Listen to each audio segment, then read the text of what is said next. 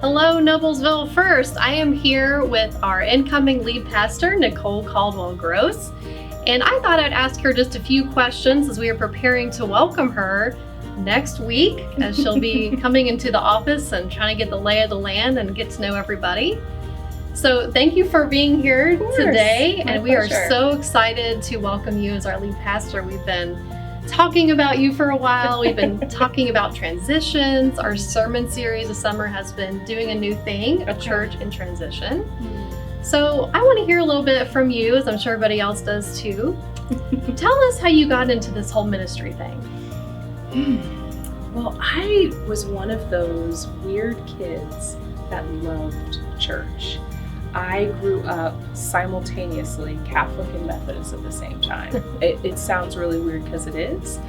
My dad immigrated here from Cameroon and brought his Catholic faith, and my mom grew up in the United Methodist Church. And so every Sunday I went to both services, either mass or service as we called it. And I remember being trained as an altar server, the sacristy pointing out this table that had this verse, there is a light in the darkness and the darkness will not overcome it, and told us that nuns and priests would wake up in the middle of the night to tend to this candle, and that this was a metaphor for God's presence with us, always being there, always lit, always illuminated. And I wanted to test that theory. And so every time I went in, I was checking to see, and I really fell in love with God in that experience.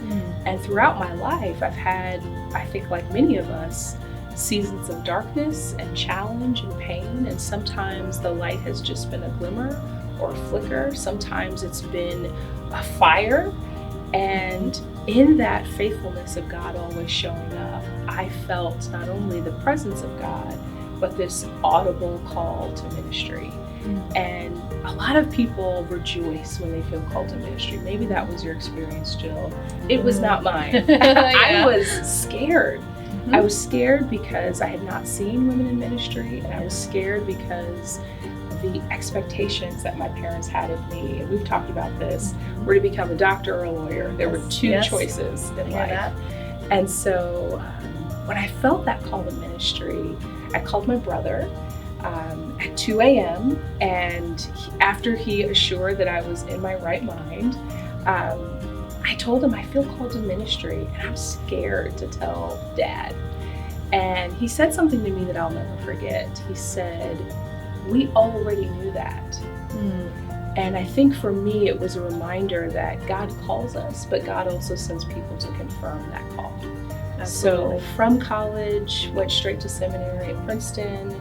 I had an amazing experience being developed as a pastor there, interned in South Africa, interned in urban ministry and suburban ministry. Worked for the United Methodist Church and Baptist churches. Ecumenical is my middle name.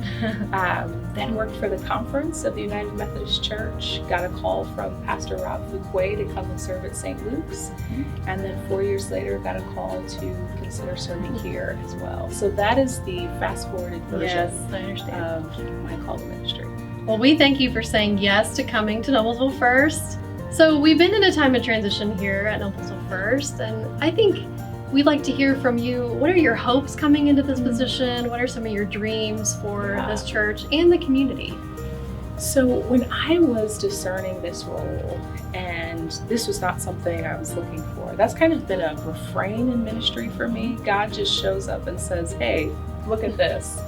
I checked out the website as our conference superintendent instructed me to, and there was this tagline that said, "We love everyone, no exceptions." And that jumped off the screen to me because of how many people I know in our generation and younger who have really given up on church. Just don't believe it's a place where transformation and authenticity and love and grace exist. And I was intrigued by a congregation that said, this is a place where there are no exceptions. And I've been dreaming about, what does that really look like? What does that look like in our digital mission field? What does that look like when you come into the parking lot in children's ministry and discipleship? That message is infused into everything that we do. Because when I think of that, I believe you then set yourself up to become a church that's busting at the seams. I think people are yearning for that place where there are truly no exceptions.